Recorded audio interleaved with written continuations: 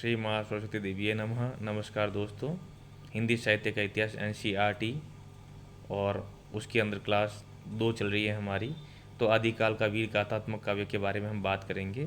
रामचंद्र शुक्ल, एक बार अगर आप चाहें तो हम बैक लेके आपको थोड़ा सा बता सकते हैं कि रामचंद्र शुक्ल ने प्रधान साहित्यिक प्रवृत्ति के आधार पर आदिकाल का नामकरण किया था।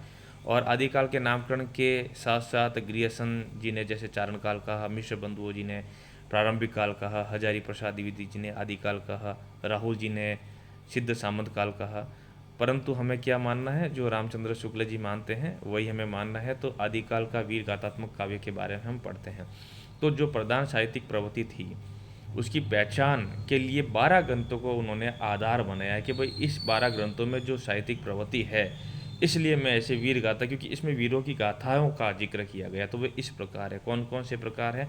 विजयपाल रासो, हमीर रासो, कीर्ति लता, कीर्ति पताका, खुमान रासो, बिशलदेव रासो, पृथ्वीराज रासो, जय चंद्र प्रकाश, जय मयंक जस चंद्रिका, परमाल रासो, खुसरो की पहेलिया और विद्यापति की पदावली। अब आगे पढ़ते हैं। ये 12 नाम तो आपको पता है, कुछ हज़ारों बार पूछे गए हैं, तो इनको तो याद ही रखना पड़ेगा। मुझे भी याद है। विजय हमीर की मैंने जैसे शॉर्टिश बनाई, विजय हमीर की लता पताका, बिशल कुमार पति परमाल, जय मयंक जस चंद्रिका, खुसरो की पहेलिया, विद्यापति की पदावली। तो ये कुछ मिला के मैंने एक ट्रिक बना ली इसकी। आप भी इसकी अपने अनुसार ट्रिक बना सकते हैं, नहीं तो मुझे कहिएगा, मैं आपको एक अच्छी ट्रिक बना के देता हूँ इसकी। इसमें से विद्यापति की रचनाएं जो हैं कौन कौन सी है? 3 है, ध्यान रखना। कीर्ति लता है, कीर्ति पताका है, पदावली है। कौन कौन सी? कीर्ति लता विद्यापति की रचना है, कीर्ति लता, कीर्ति पताका और पदावली। और नरपति नाल द्वारा रचित बिशलदेव रासु प्रामाणिक रूप में उपलब्ध है। लेकिन ध्यान रखना, कीर्ति पताका अभी तक संपादित होकर प्रकाशित नहीं की, यानी उपलब्ध तो है परंतु कीर्ति पताका प्रकाशित नहीं हुई है। और इसी के साथ में बिशल देव रासो माता प्रसाद गुप्त द्वारा प्रकाशित और संपादित है। तो कई बार पूछा गया है, बिशल देव रासो जो है माता प्रसाद गुप्त द्वारा प्रकाशित संपादित है। इन आप जो 12 नाम हैं इनमें एक बार ध्यान से देखिएगा, इनमें रासो रासो नाम कितने हैं? विजयपाल रासो है, हमीर रासो है, कुमान रासो है, बिशल देव रासो है, पथवियार रासो है और परमाल रासो, 6 रासो के नाम हैं। और इसमें जो खुसरो की पहेलिया है और विद्यापति की पदावली है, ये दोनों इस वीर गाथा यानी कि इसमें युद्धों का वर्णन वगैरह वीर गाथा ये साहित्यिक प्रवृत्ति नहीं मिलती है। फिर भी इन्होंने या साहित्य के साथ साथ कुछ और भी प्रवृत्तियों का जो मिला जुला रूप लिया है। तो हम आगे इसको और अच्छे से डिस्कस करेंगे कि दो ये जो खुसरो की पहेली या विद्यापति की पदावली है, ये इसके अंदर थोड़ा अलग क्यों हैं। तो देखिएगा, अब आगे बात करते हैं। बिशलदेव रासु का पाठ यद्यपि माता प्रसाद गुप्त द्वारा प्रकाशित और संपादित है, किंतु इनके रचना काल के विषय में बहुत मतभेद है। क्या मतभेद है? कि कुछ लोग तो 13वीं सदी का मान लेते हैं, कुछ लोग 16वीं सदी का मान लेते हैं। जगनिक कृत परमाल रासु, यहाँ 16वीं और 17वीं शताब्दी लिखा हुआ है। जगनिक कृत परमाल रासु आला खंड के रूप में पहचाना जाता है। आला MP आपको पता है, आला लोकगान की शैली है। आला जो है वो उनको वहाँ पर गाया जाता है। जगनी की संबत परमाल और पृथ्वीराज के समकालीन 12वीं शताब्दी में थे। पृथ्वीराज रासो के रचयिता का नाम नल सिंह है। तो आप इसको याद कैसे? विन विन जैसे याद कर लो। इसे याद करने का भी तरीका बता देता हूँ। जैसे बिशलदेव रासो है, ठीक है, तो बिशलदेव रासो को भी आप नरपति नाल बी न है ना, और नरपति नाल बिशलदेव रासो और विजयपाल रासो और नाले सिंह, थोड़ा ध्यान रखना कहीं दोनों मिक्स नहीं हो जाए। इनमें जो लड़ाई विजयपाल ने राजा पंख से की थी उसका वर्णन है, और मिश्र बंधु ने इसका रचना काल 14वीं सदी माना है। जहाँ प्रश्न आएगा और बनने की संभावना, हम वहीं रुकेंगे। भाषा शैली पर विचार करने से परवर्ती यानी बाद की रचना लगती है। परवर्ती का अर्थ है, पूर्ववर्ती का मतलब पहले की रचना, 14वीं शताब्दी के पहले की नहीं, तो ये परवर्ती लगती है, बाद की लगती है। हमीर रासो जय चंद्र प्रकाश और जय मयंक जस चंद्रिका उपलब्ध नहीं है। हमीर एक पद्य प्राकृत पैंगलम में अवश्य मिलता है, जिसके बारे में शुक्ल जी का विश्वास है कि वह हमीर रासो का ही है। घुमान रासो की रचिया दलपत विजय है, इसको खुद से याद रख लिए। खुद हाँ, घुमान रासो थोड़ा याद आ जाएगा। बाकी आपने अच्छा याद किया तो बहुत अच्छी बात है। इसमें 9वीं शताब्दी के खुमान के युद्ध का वर्णन है, लेकिन मेवाड़ के प्रवर्ती शासकों जैसे महाराणा प्रताप और राज सिंह का भी वर्णन है। चलिए आगे चलते हैं हम, क्योंकि इसमें कुछ विशेष खास नहीं है। पृथ्वीराज रासो या पृथ्वीराज राउस आदिकाल का सर्वाधिक प्रसिद्ध काव्य, यहाँ से प्रश्न बनते हो, कई बार प्रश्न बनते हो, और एक प्रश्न यहाँ से पक्का करवाता हूँ आपको, याद भी कभी करते हैं।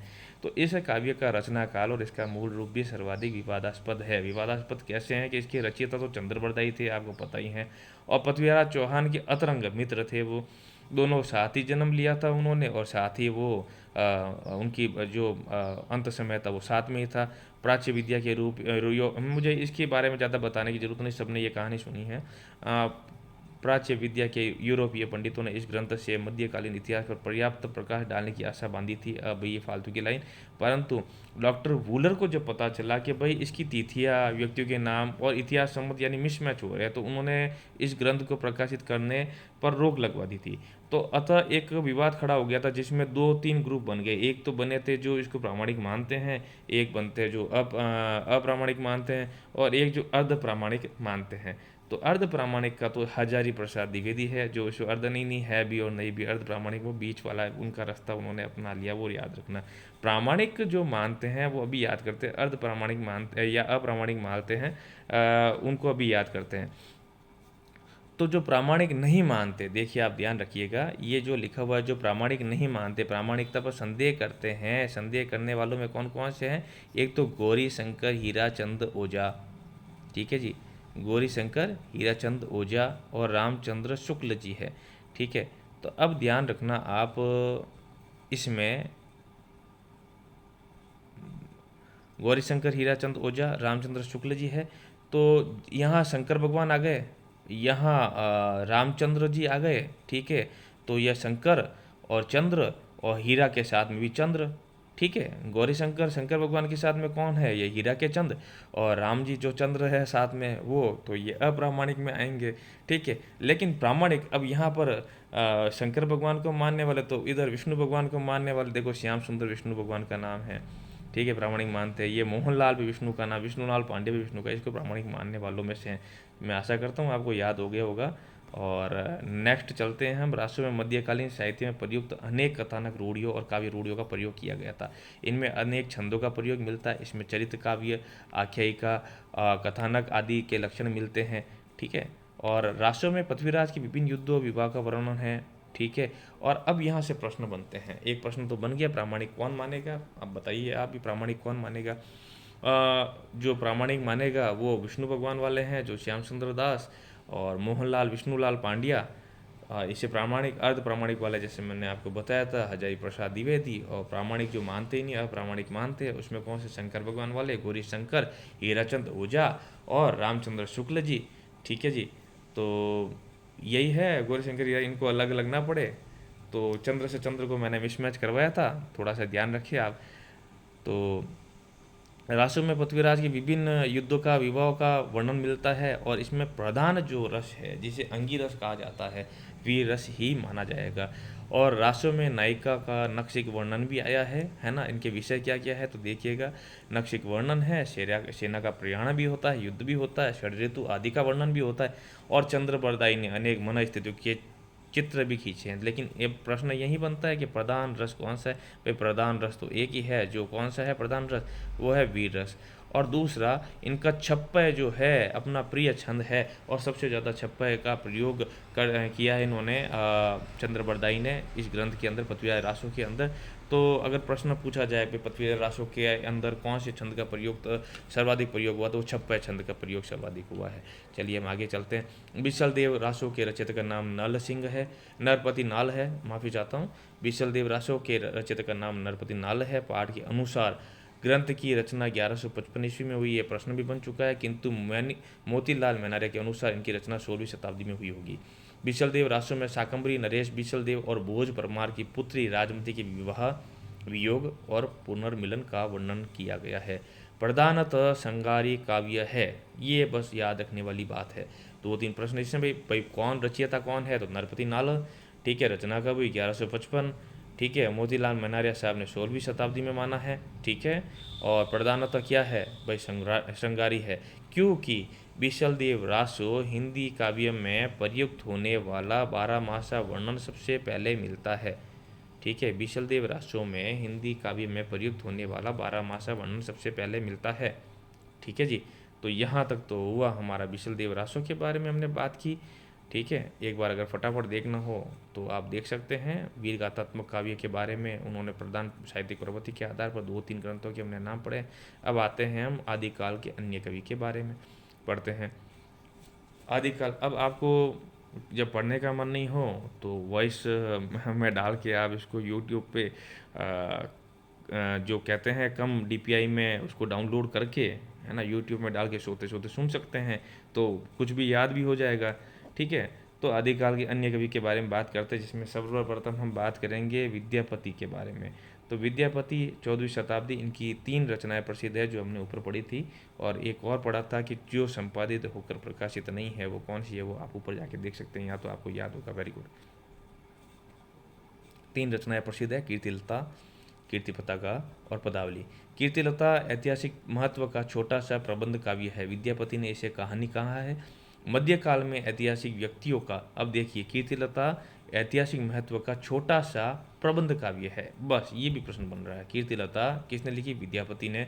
ऐतिहासिक महत्व है, ठीक है, छोटा सा प्रबंध काव्य है, और विद्यापति स्वयं इसे कहानी कहते हैं। मध्यकाल में ऐतिहासिक व्यक्ति को आधार बनाकर जो काव्य लिखे गए वे ऐतिहासिकता में रहित होकर कथानक रूढ़ियों, अब कथानक रूढ़ी क्या होती है मैं बताता हूँ आपको। रूढ़ी जैसे पहले कथा शुरू करते थे तो चील और कौवे की बात या किसी पक्षी की बात या आकाशवाणी, ये कथानक रूढ़ियाँ कहलाती, या परियों की बातें स्टार्टिंग के अंदर जब उसको शुरू किया जाता है तो किसी अन्य पात्र द्वारा, जैसे पक्षी द्वारा, किसी आकाशवाणी द्वारा, तो वो कथानक रूढ़ी कहलाती है। किंवदंतियों जो दंत कथाएँ चली आ रही, अनुश्रुतियों के विषय बन गए हैं, इस प्रकार घटनाओं को तोड़ा मरोड़ा गया है। कीर्तिलता इस दृष्टि से महत्वपूर्ण अपवाद है। ठीक है, उनकी ऐतिहासिकता बहुत कुछ सुरक्षित है। इसमें विद्यापति ने कीर्ति सिंह द्वारा अपने पिता का बदला लेने का वर्णन किया है। कीर्तिलता को कवि ने अवहट भाषा में रखा, ये एक और प्रश्न बना है। एक छोटा सा प्रबंध काव्य और अवहट भाषा में रचा है। अवहट देसी भाषा यानी मैथिली युक्त विकसित अपभ्रंश कहलाती है। अवहट भाषा देसी भाषा कहलाती है, यानी मैथिली युक्त विकसित अपभ्रंश कहलाती है। ठीक है, इस गद्य में तत्सम शब्दों का प्रयोग भी खुलकर हुआ है। अब नेक्स्ट, पदावली जो है विद्यापति के यश का आधार है, ये हमें याद रखना है। पदावली विद्यापति के यश का आधार पदावली है। पदावली ऐसी रचना है जो काव्योत्कर्ष और साहित्य का इतिहास दोनों ही दृष्टियों से अत्यंत महत्वपूर्ण है। इसमें राधा कृष्ण अपना अलौकिकत्व छोड़कर लौकिक व्यक्ति के समान प्रेम भावना से विहल होते हैं। अब इसमें अलौकिकत्व यानी वो तो भगवान है, भगवान तो अलौकिकत्व छोड़ देते हैं, अपनी भगवान वाली भावना छोड़ देते हैं और लौकिक व्यक्तियों के समान परेशान रहते हैं। जैसे इस लोक में जिस प्रकार किशोरी एक सामान्य नायिका, ठीक है, लोकलाज के कारण तीव्र अंतर्द्वंद्व झेलती है, उसी प्रकार राधा को भी चित्रित कर दिया गया है कि भाई भी वो भी अंतर्द्वंद्व झेली, कैसे मैं उनसे मिलने जाऊँ, है ना। तो इस बात को लेकर काफ़ी विवाद है। पदावली भक्ति परक रचना है या श्रृंगार परक। अब हम कई पिक्चरें ऐसी देखते हैं, जैसे मैं दक्षिण की एक पिक्चर है बालाजी की, तिरुपति बालाजी, नागार्जुन की पिक्चर है, आप यूट्यूब पे सर्च करेंगे तो ये जो कुछ पिक्चरें हैं वो इतनी श्रृंगारपरक बेस बना के उसको भक्ति की पिक्चर बताया जाता है, जिससे लोगों को मनोरंजन भी होता रहे, वो पढ़ने में भी इंटरेस्ट ले, देखने में इंटरेस्ट ले, लेकिन एंड में जाके कहा जाता है नहीं नहीं ये तो भक्ति की है, देखो ये भगवान मिल गए वगैरह। तो ये पदावली जो है ये भक्ति परक रचना है या श्रृंगार परक, वह एक विवाद का विषय है। वस्तुतः जयदेव का गीत गोविंद और विद्यापति की पदावली और सूरदास का सूरसागर तीनों एक ही कोटि की रचनाएं हैं। इनमें भक्ति का आधार श्रृंगार है। इतना आपको ध्यान रखना है कि भक्ति का आधार श्रृंगार कहा गया है। जयदेव का गीत गोविंद, विद्यापति की पदावली और सूरसागर तीनों एक ही कोटि की रचना, जिसमें भक्ति का आधार क्या है? श्रृंगार है। नेक्स्ट आते हैं, हम पढ़ते हैं अमीर खुसरो के बारे में। अभी हमने किसके बारे में पढ़ा है? विद्यापति के बारे में। फटाफट देख लीजिए। कीर्तिलता, पताका और पदावली। कीर्तिलता ऐतिहासिक महत्व का छोटा सा प्रबंध काव्य है, विद्यापति ने इसे कहानी कहा है। और कीर्तिलता अवहट भाषा में है, अवहट यानी देसी मैथिली युक्त विकसित अपभ्रंश भाषा। और विद्यापति के इसका आधार पदावली है, और इसमें जयदेव का गीत गोविंद, विद्यापति की पदावली और सूरदास का सूरसागर एक ही कोटि की रचना है, जिसमें भक्ति का आधार क्या है? श्रृंगार है। अब हम नेक्स्ट चलते अमीर खुसरो के बारे में पढ़ते हैं। अमीर खुसरो इस युग के अत्यंत महत्वपूर्ण एवं बहुमुखी प्रतिभा के धनी हैं। उनके काव्योत्कर्ष का प्रमाण उनकी फारसी रचनाएं हैं। ध्यान रखना कि उनकी फारसी रचनाएं में क्या क्या है। तो अब यहाँ उनकी पहेलियाँ, मुकरियाँ, दो सुकूनें अभी तक लोगों की ज़बान पे हैं। और यह दोहा खुसरो ने हज़रत निज़ामुद्दीन औलिया के देहांत पर कहा था। उन्होंने एक दोहा बहुत लिखा जो बहुत प्रसिद्ध हुआ, गोरी सोवे सेज पर मुख पर डाले केस, चल खुसरो अगर आपने रैन पे चौदे। जब मैं भी कोचिंग क्लास में पढ़ता था, मैं एक बहुत ही हंसी मजाक की बात बताऊंगा। कुछ मित्र साथ में पढ़ते थे, तो नए भी फ्रेशर्स भी आते थे। तो एक फ्रेशर से हमारे सर जी ने पूछ लिया, मेरे सर जी जहाँ मैं पढ़ता था, एन के यादव सर जी से मैं पढ़ा हूँ, हिंदी साहित्य उन्हीं से मैंने तैयार किया है। तो फिर उन्होंने सर ने पूछा, चलो इसका बताइए मतलब क्या है कि गोरी सोवे सेज पर मुख पे डारे केस, चल खुसरो कर आपने रैन बई चो दे। तो वैसे ही एक कोइंसिडेंस था कि उस समय बारिश का मौसम चल रहा था, वो भी बिल्कुल फ्रेशर, उसको पता ही नहीं था इसका मतलब क्या। चलो हम तुक्का लगा, तो उसने कहा सर ऐसी बात है कि बरसात तो हो ही रही है, ठीक है, क्योंकि रैन बई चो दे, ठीक है। और अभी अभी लड़के की शादी हुई है, और गोरी है जो उसका इंतजार करी, वो स्टेज पे सो रही है, और बहुत कहने का मतलब उसको गुस्सा आ गया क्योंकि अभी तक नायक आया नहीं है, और मुख पे डारे केस। अब यहाँ ऊपर वाली लाइन भी उसने पढ़ ली कि ये दोहा खुसरो ने हज़रत निजामुद्दीन औलिया, यानी कि जो उनके गुरुजी थे, उनके देहांत पर भी कहा था। तो उन्होंने कहा कि भाई वो तो चले गए हैं, लेकिन उसने कहा शादी होगी तो चलो भाई गोली मारो गुरु जी को, तो और अपन तो चलते हैं कि गोरी स्टेज पे सो रही है। गुस्सा आ गया मुझ पे, उसने केस डाल दिए। आपको मज़ा आएगा। चलिए, ये तो हंसी मजाक वाली बातें हैं, आगे चलते हैं हम। उनकी हिंदी रचनाओं का ऐतिहासिक महत्व है। उनकी भाषा हिंदी की आधुनिक काव्य भाषा के रूप में पूर्णतः प्रतिष्ठित होने का संकेत देती है। उनका व्यक्तित्व और हिंदी इस बात को प्रमाणित करती है कि हिंदी काव्य प्रारंभ से मध्य देश की मिलू जुली संस्कृति का चित्र रहा है। उन्होंने ऐसी पंक्तियाँ रची जिसमें फारसी और हिंदी को एक ही ध्वनि प्रवाह में गुम्फित कर दिया गया है। यह कला संस्कृति साधक को सिद्ध हो सकती है। जो कला और संस्कृति को समझते हैं उसी को, और बहुत ही अच्छी है। ये हाल मिस्किन मकुल तगाफुल, है ना, बहार खिजरा, है ना, तो ये इसी में शबान खिजरा इजारा दिल है, वो एक जैसे कोई गाना भी है, वो इसी पंक्तियों को ऐड करके बनाया गया है। जे हाल मिस्किन मगुल मकून तगाफुल दुराए नैना बनाए बतिया, और की ताबे हिजरा न दारम ए जान लेव काहे लगाए छतिया। शबान हिजरा दराज चु जुल्फ व रोजे वचलत चु उम्र को तह, सकी पिया को जो मैं न देखूं तो कैसे काटूं अंधेरी रतिया। यह एक एग्जाम में पूछा भी गया है कि ये किसने लिखी है, ये पंक्तियाँ किसकी है। ठीक है, अब हम चलते हैं आदिकाल की प्रवृत्तियों के बारे में, जो मोस्ट इम्पोर्टेंट हैं। अगर आप कोई भी एनवीएस केवीएस का एग्ज़ाम देने जाएंगे अथवा उसका इंटरव्यू देने जाएंगे, तो एग्ज़ाम में और इंटरव्यू में दोनों में ये पूछा जाता है। सीधी सीधी इन पंक्तियों को ही उठाया जाता है, उसको ही तोड़ मड़ोड़ के उसको पूछा जाता है। तो आदिकाल पर हम बात करते हैं। आदिकाल अपभ्रंश और हिंदी का संधिकाल है। आदिकाल जो है वो अपभ्रंश और हिंदी का संधिकाल है। इसमें दोनों भाषाई और साहित्यिक प्रवृत्तियों का मेल किया गया है। अच्छे से याद रखना, आदिकाल अपभ्रंश और हिंदी का संधिकाल है। कहीं पूछा जाए भाई आदिकाल की प्रवृत्ति के बारे में बताए, सीधी लाइन उठानी है हमें। आदिकाल अपभ्रंश और हिंदी का संधिकाल है। इसमें दोनों भाषाई और साहित्यिक प्रवृत्तियों का मेल है। इसमें नाथ सिद्ध और जैन कवियों का साहित्य मिलता है, और इसमें वैदिक मत और कर्मकांड की आलोचना की गई है। अब एक प्रश्न बहुत अच्छा अगर लिखने के लिए हमें हो तो वीर गाथात्मकता इस काल की प्रधान प्रवृत्ति है। यह अधिकांशतः रासो काव्य के अंतर्गत मिलती है। वीर गाथात्मकता इस काल की आदिकाल की प्रधान प्रवृत्ति है। यह अधिकांशतः रासो काव्य के अंतर्गत मिलती है। यद्यपि रासो काव्य में श्रृंगारी जैसे संदेह रासक है, जैन धार्मिक साहित्य बड़तेश्वर बाहुबली रास भी लिखा गया है। ठीक है ना, जैसे रासो काव्य में क्या क्या लिखा गया, श्रृंगारी, रासो काव्य में श्रृंगारी भी लिखा गया, संदेश रासो को, जैन धार्मिक साहित्य बड़तेश्वर बाहुबली रास भी लिखा गया। ये आपको ध्यान रखना है। हमें तो ये ऊपर वाली लाइन जो ज़्यादा इंपॉर्टेंट है, वीर गाथात्मकता आदिकाल की प्रधान प्रवृत्ति है। यह अधिकांशतः रासो काव्य के अंतर्गत मिलती है। और ये वाली जो लाइन है, आदिकाल का अपभ्रंश और हिंदी का संधिकाल है, ये पहली लाइन ही आपको इंटरव्यू में बोलनी है। और इसमें ना तो सिद्धों और जैन कवियों का साहित्य मिलता है, वैदिक मत और कर्मकांड की आलोचना की गई है। आयुर्वेद गाथात्मकता इस काल की प्रधान प्रवृत्ति है। यह अधिकांशतः राशिव काव्य के अंतर्गत मिलती है। इस काल में के प्रबंध काव्यों में कथानक रूढ़ियों का प्रयोग किया गया है। काव्य रूढ़ियों के जैसे कथानक रूढ़ी और काव्य रूढ़ी मैंने आपको बता दिया था। जब कथा को स्टार्ट करते हैं, जब किसी अन्य पात्र द्वारा, काल्पनिक पात्र द्वारा, ठीक है, अलौकिक पात्र द्वारा, है ना, कथा को स्टार्ट किया जाता है। एकदम आकाशवाणी हुई है, कोई चिड़िया ने कहा, कुछ पक्षी ने कहा, आकाशवाणी ने कहा, ठीक है, भगवान अवतरित हो गए, वहाँ का किसी परियों ने कहा। ऐसा कुछ कथानक वहाँ प्रबंध काव्यों में काव्य रूढ़ का जमकर प्रयोग बार बार वो आता रहता है बीच बीच के अंदर, आकाशवाणी कभी ये कभी ये, ठीक है। मुक्तक काव्यों में अधिकांश अपभ्रंश छंदों का प्रयोग किया गया है। देखिए, मुक्तक काव्य और में अधिकांश अपभ्रंश छंदों का उपयोग किया गया है और गेय पदों की रचना इस काल का महत्वपूर्ण मुक्तक काव्य रूप है। गेय पद यानी कि गाए जाने वाले दोहों के रूप में जो लिखे जाएंगे वो गेय पद होते हैं। गेय पद मतलब मुक्तक दोहों के रूप में लिखे जाएंगे। इसके प्रधान कवि कौन है? विद्यापति। अच्छे से याद रखना, जो सबसे पहले हमने पढ़ा था विद्यापति के बारे में। इस काल की अंतिम महत्वपूर्ण कवि कौन है?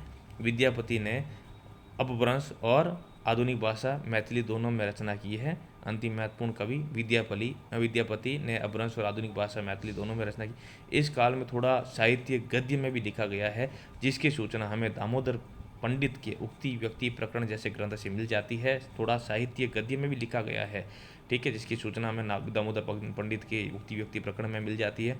अमीर खुसरो ने दो शकुने, मुकरिया, मुकर जाना, पहेलिया जैसे लोक प्रचलित काव्य रूपों का प्रयोग किया है। उसमें फारसी, खड़ी बोली, ब्रजभाषा तीनों का प्रयोग किया है।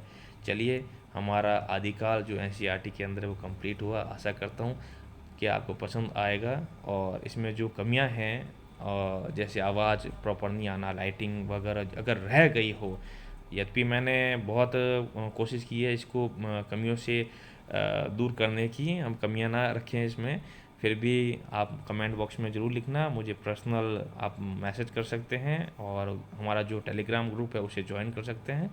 और नेक्स्ट हम भक्ति काल के बारे में पढ़ते हैं। जब तक के लिए आपको बहुत बहुत धन्यवाद। आप प्लीज़ शेयर करें, लाइक करें, सब्सक्राइब करें, क्योंकि हम निःशुल्क ही सब कुछ चलाने वाले हैं। धन्यवाद दोस्तों।